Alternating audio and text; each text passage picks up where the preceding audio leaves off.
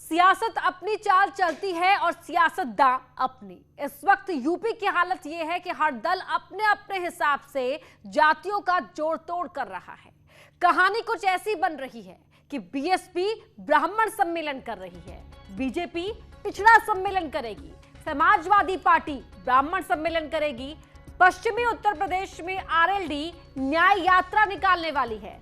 इसके पीछे का मकसद दलितों को एकजुट करना है। यूपी की सियासत यात्रा अब सम्मेलन मोड में आ गई है। इन सभी यात्राओं और सम्मेलनों का मकसद सिर्फ एक है, कैसे भी करके यूपी की गद्दी मिल जाए। अखिलेश यादव पिछड़ों की राजनीति करते हैं। यूपी में एक आम धारणा है कि समाजवादी पार्टी की सियासत पिछड़ी जातियों की, स्पेशली यादव वोट बैंक के आसपास सिमटी हुई है। लेकिन इस बार बात सिर्फ यादव वोट बैंक तक नहीं है। अखिलेश यादव की पार्टी भी ब्राह्मण सम्मेलन करने वाली है। क्या है इसके सियासी मायने, समझिए विस्तार से।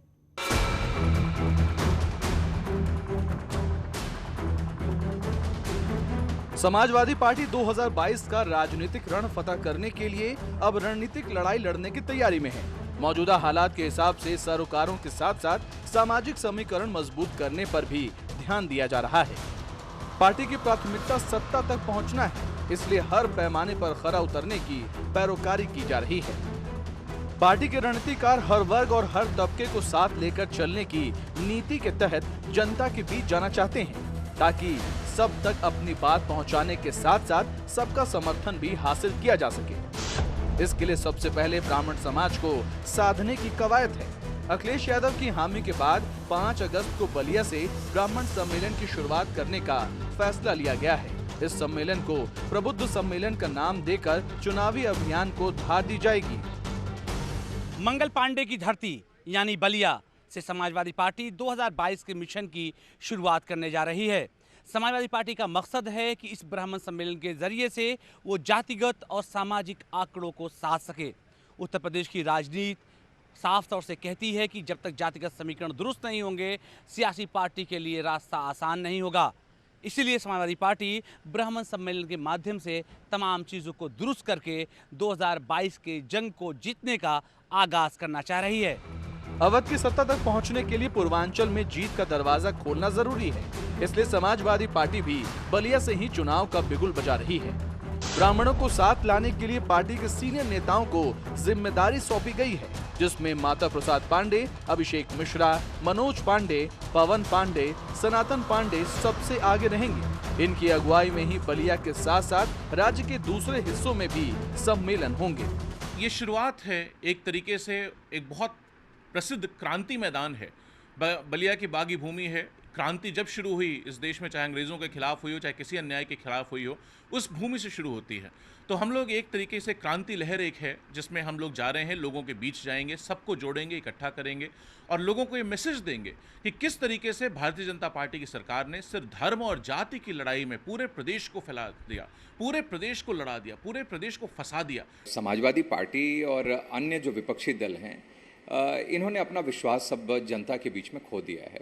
और जहाँ इसमें सेंध लगाने वाली कोई और भाजपा को डर होने जैसी कोई बात है नहीं, क्योंकि सपा, बसपा, कांग्रेस, इनका इतिहास ही हमेशा जातिगत धर्म और जाति का नाम लेकर राजनीति करने का रहा है। चुनाव में कामयाबी हासिल करने के लिए समाजवादी पार्टी मुद्दों और रणनीति का चुनाव भी बदलते हुए सियासी माहौल के हिसाब से करना चाहती है। इसलिए ब्राह्मण सम्मेलन की शुरुआत पार्टी के संस्थापक सदस्य रहे जनेश्वर मिश्र की जयंती से की जा रही है।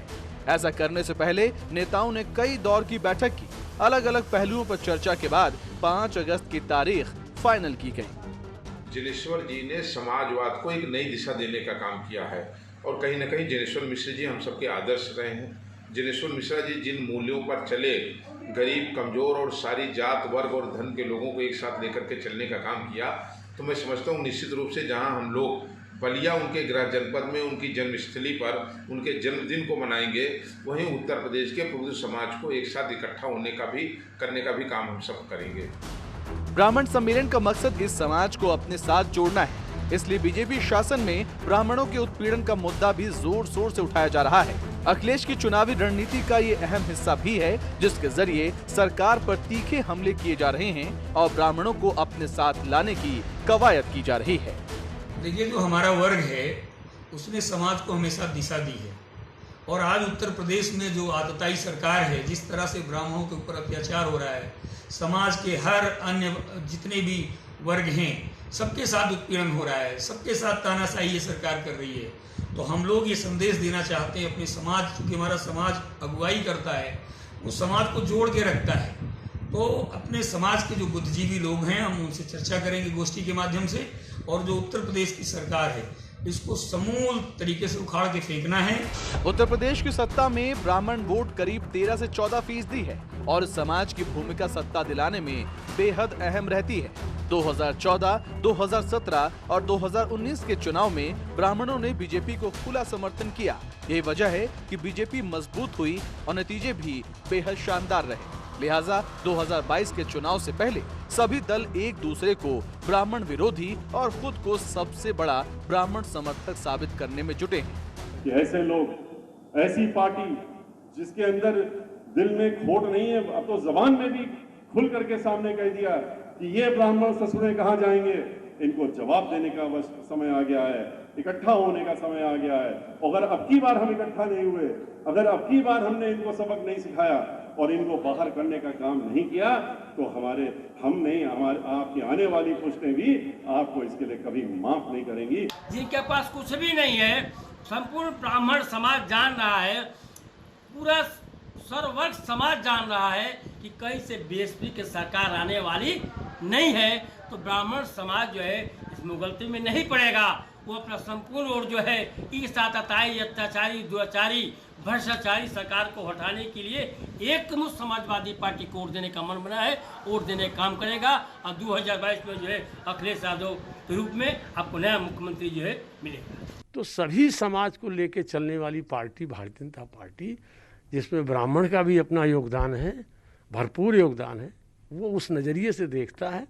और उस नज़रिए से 2022 में भी वो उत्तर प्रदेश में मोदी युग में उत्तर प्रदेश की बेहतरी देख रहा है, जिसको योगी आदित्यनाथ जी भी आगे बढ़ा रहे हैं, उसके साथ रहेगा। मैं आपको आगे बोल रहा हूँ 2024 में और प्रबल रूप में साथ। चुनाव से पहले ब्राह्मणों का राजनीतिक अहमियत का एहसास सभी दलों को हो चुका है, इसलिए अपने अपने तरीके से खुद को ब्राह्मणों के साथ जोड़ने की जद्दोजहद तेज हो चुकी है। बीजेपी अपनी सरकार की उपलब्धियों के अलावा सबका साथ सबका विकास की बदौलत ब्राह्मण ही नहीं बल्कि हर तबके का समर्थन हासिल होने का दम भर रही है, तो विपक्ष को सरकार की नाकामियों में अपनी कामयाबी का रास्ता नजर आ रहा है। अत्याचार इस तरीके से हो रहा है, पुलिस का अत्याचार मुझे लगता है चरम सीमा पे पहुंच गया। करप्शन जिस लेवल का थाने और तहसील में आज है, मुझे नहीं लगता उत्तर प्रदेश ने कभी इतना देखा होगा। तो सरकार ने मेडिकल और हेल्थ पे जिस तरह ऑक्सीजन के बिना लोगों की जान चली गई, बिना दवा के, बिना बेड के, बिना एम्बुलेंस के लोगों की जान चली गई, और दूसरे हाथ पे एम्बुलेंस वालों को तनख्वाह नहीं दे पा रहे हैं। 4-4, 6-6 महीने से लोग बिना तनख्वाह के गरीब आदमी अपना घर चला रहा है। इन सारी चीज़ों को लेकर के लोगों के बीच जाएंगे और उनको ये विश्वास दिलाएंगे कि समाजवादी पार्टी ही आपके लिए एक बेहतर, मजबूत, शानदार विकल्प उत्तर प्रदेश में दे सकती है। ये मुद्दा नहीं है, लेकिन वो राजनीतिक दल चाहे वो सपा हो चाहे बसपा हो, जिन्होंने हमेशा ब्राह्मणों का शोषण किया है, ब्राह्मणों का अपमान किया है, अपने नारों के द्वारा, अपने कामों के द्वारा उन्होंने अपमान किया है। उनको लग रहा है कि कहीं ब्राह्मण नाराज ना हो। हमारे यहाँ कोई ऐसी बात नहीं, हमारे तो सब हमारे साथ हैं। हमने सभी को लेकर के सबका साथ सबका विकास ऐसे हम काम करते हैं। वो ये बातें करके एक माहौल बनाने का प्रयास कर रहे हैं कि सीढ़ी बनाकर ब्राह्मणों की हम शायद सत्ता तक पहुंच जाए। उनके मंसूबे सफल नहीं होने वाले। ब्राह्मण पूरी तरह से हमारे साथ खड़ा है। आरोप प्रत्यारोप की इस जंग का सीधा मकसद ब्राह्मण वोट बैंक में सेंध लगाना है। अखिलेश से पहले मायावती की पार्टी प्रबुद्ध वर्ग सम्मेलन के जरिए सियासी समीकरण साधने की कसरत में जुट चुकी है। भगवान राम की जन्मस्थली से शुरू हुआ बीएसपी का सियासी सफर भगवान कृष्ण की जन्मस्थली तक पहुंच चुका है और आगे भी जारी रहने वाला है। ऐसे में सवाल उठ रहे हैं कि क्या बीएसपी की तेजी के दबाव में समाजवादी पार्टी को भी सम्मेलन की तारीख बदलनी पड़ी। लेकिन समाजवादी पार्टी की सरकार में ब्राह्मण समाज का इतना उत्पीड़न हुआ था, चाहे 2003 की सरकार हो चाहे 2012 की सरकार हो, कि कोई भूल नहीं सकता। और इसीलिए तो 2007 में उनको उखाड़ के फेंकने का काम किया था। चाहे वो कन्नौज में नीरज मिश्रा का जो सर काट लिया गया था वो वाला कांड हो, चाहे अन्य कारण हो, तो ब्राह्मण समाज कभी भी, चाहे वो जितना यात्रा कर लें, कुछ कर लें, पीछे पीछे हमारे अपनी यात्रा लेके अगर आते भी रहेंगे तो उससे कोई फर्क नहीं पड़ता। ये जो बीएसपी के नेता हैं, जब ये नेता नहीं थे, जब इन्हें नेता के रूप में कोई नहीं जानता था, तब समाजवादी पार्टी में स्वर्गीय जनेश्वर मिश्रा जी नेता थे, स्वर्गीय बृजभूषण तिवारी जी नेता थे, माता प्रसाद पांडे जी नेता थे। एक बड़ी परंपरा है ब्राह्मण नेताओं की जो समाजवादी पार्टी में रही हैं। तब एससी मिश्रा जी नेता के रूप में कहीं जाने ही नहीं जाते थे। तो मैं अगर ये कहूँ कि ये सारे लोग हमारी नकल कर रहे हैं तो यही सही है। आप बता दीजिए 4.5 साल में जितने ब्राह्मण मारे गए, एससी मिश्रा किसके दरवाजे गए, जरा पूछ लीजिएगा। 2022 में जीत हासिल करने के लिए सभी दल जोर लगा रहे हैं। यूपी में जातीय समीकरणों को साधे बिना सियासत में सफलता पाना आसान नहीं है, इसलिए सामाजिक संतुलन बनाने के लिए बिसात बिछाने में कोई पार्टी पीछे नहीं है। एक तरफ ब्राह्मण सम्मेलनों का सहारा लिया जा रहा है तो दूसरी तरफ भगवान के नाम पर भी राजनीतिक रण छिड़ा है। राम और कृष्ण के साथ साथ सियासी जंग में भगवान परशुराम पर हक जताने की भी होड़ लगी है। भगवान श्री कृष्ण के नाम पे भगवान श्री कृष्ण को ज्यादा नहीं ये ध्यान रखते हैं, ध्यान उनका नहीं लेते हैं, भगवान श्री राम का नाम लेते हैं। भगवान श्री कृष्ण को कहते हैं कि वो जब ये यहाँ से कोई कहने के लिए नहीं बचेगा तब हम उधर चलेंगे। लेकिन इनसे ये पूछने वाली बात है कि आखिर आप कौन सा धर्म निभा रहे हो? जनता सब समझती है, जब चुनाव नजदीक आया है तो भगवान परशुराम के सहारे बेड़ा पार नहीं होगा।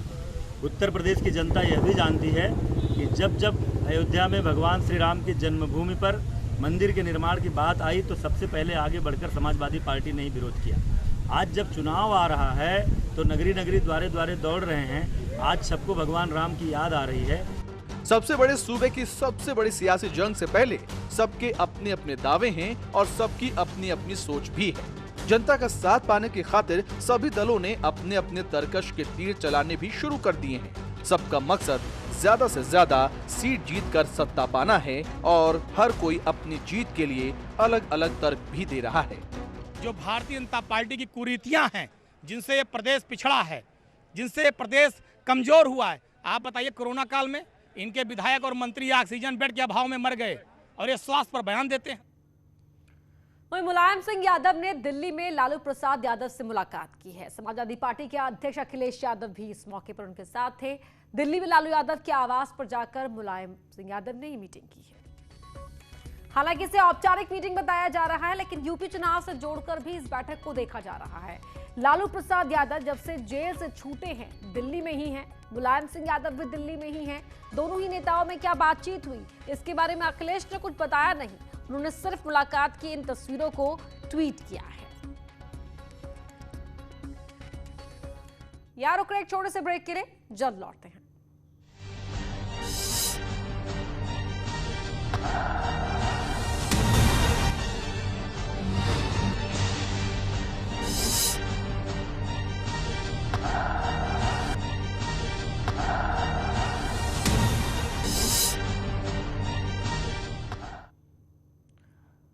मौसम चुनावी है तो मुलाकातों का दौर हर तरफ जारी है और मुलाकातों का दौर सिर्फ दिल्ली में ही नहीं, लखनऊ में भी चला। जीतन राम मांझी के बेटे संतोष कुमार ने लखनऊ में सीएम योगी से मुलाकात की। संतोष बिहार सरकार में मंत्री हैं और मांझी जाति के नेता हैं। यूपी पूर्वांचल में प्रयागराज, भदोई, मिर्जापुर, वाराणसी, गाजीपुर मांझी जाति के ठीक ठाक वोटर हैं। इस मुलाकात को इसी एंगल से देखा जा रहा है कि यूपी के मांझी वोटर्स को संदेश देने की कोशिश की गई। हालांकि यह भी संभव है कि मांझी की पार्टी यूपी में चुनावी ताल ठोके, लेकिन इसके चांसेस कम हैं। इसलिए यह कहा भी जा सकता है कि मांझी बीजेपी के लिए काम कर सकते हैं। तो इस खास पेशकश में इतना ही। खबरें जारी हैं।